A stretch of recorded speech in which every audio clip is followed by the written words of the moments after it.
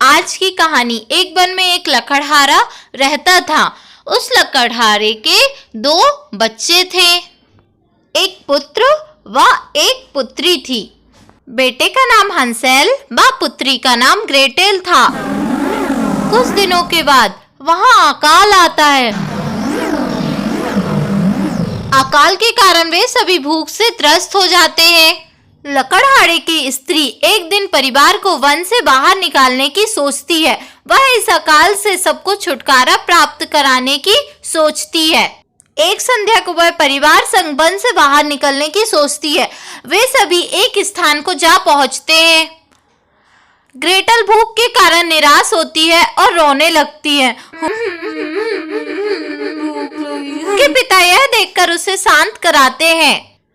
फिर थोड़ी देर बाद वे सभी सो जाते हैं।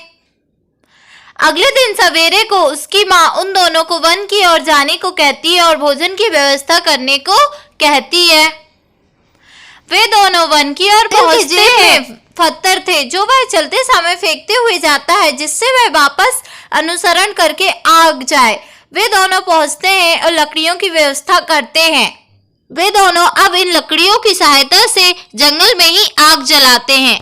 वे दोनों अब आग जला लेते हैं और अब भोजन को तलाशते हैं। कुछ देर बाद उन्हें थोड़ी दूर वन में कुछ सूखी रोटी जमीन पर पड़ी दिखती हैं। वे उन सूखी रोटियों को आग पर सेकते हैं। फिर दोनों भोजन करके आराम से विश्राम करते हैं। संध्या होती है और हंसेल ग्रेटल संग अपने घर को चलते हैं। हंसेल और ग्रेटेल अपने घर पहुंच जाते हैं। उसके पिता उनसे मिलकर खुश होते हैं। वहीं पर उनकी सौतेली माँ भी थी, जो उनके घर आने पर प्रसन्न नहीं थी। हंसेल और ग्रेटेल रात्रि को सो जाते हैं। Good night. रात्रि को उनकी सौतेली माँ उनके पिता से खान पान को लेकर बच्चों से भाग ना करने को कहती है। वह बच्चों को वन में भोजन तलाशने को कहती है। यह सुनकर हंसेल और ग्रेटेल बहुत निराश हो जाते हैं। रात्रि को जब उनकी माँ और पिता सो रहे थे, वे दोनों भी निराश होकर सो जाते हैं।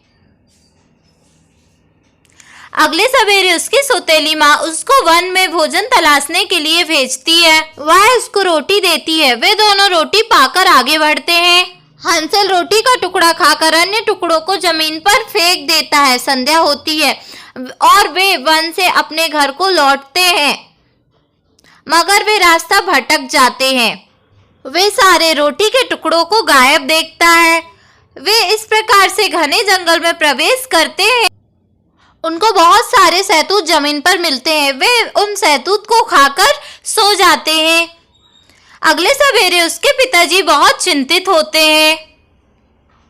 उनके दोनों बच्चों को वापस न आते देख उन्हें चिंता होने लगती है कि क्या हुआ। वे दोनों जागते हैं और आगे बढ़ना शुरू करते हैं।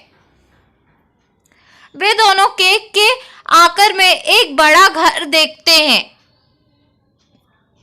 वह उसके भीतर जाते हैं और बहुत उत्सुक होते हैं कि बेहतर खाने पीने को मिलेगा। वे एक कमरे में जा घुसते हैं जहां पर सभी प्रकार के भोजन मिलते हैं, परंतु वे हैरान होते हैं जब वे दोनों कोने में एक चुड़ैल को देखते हैं।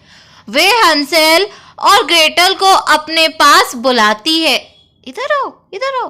वे दोनों इतना अधिक खाना देखकर आश्चर्य होते हैं। वे अपनी भूख के कारण भोजन में लिप्त हो जाते हैं। उनका पेट भर जाता है और वे दोनों जाकर बिस्तर पर सो जाते हैं।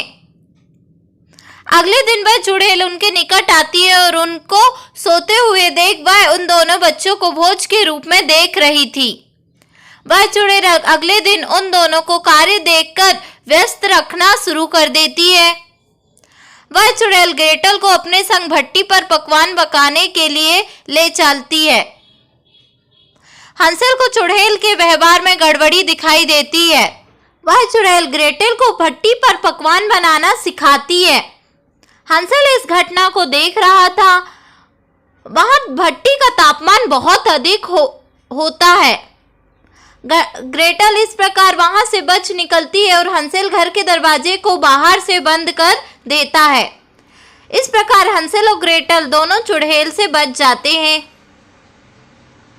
आज की सीख, कभी भी अजनबियों पर भरोसा ना करें, भले ही वे आपके साथ अच्छा व्यवहार करें। अगर आपको आज की कहानी पसंद आई हो तो कहानी को लाइक, शेयर करना और सब्सक्राइब करना चैनल को ना भूलें। Thanks for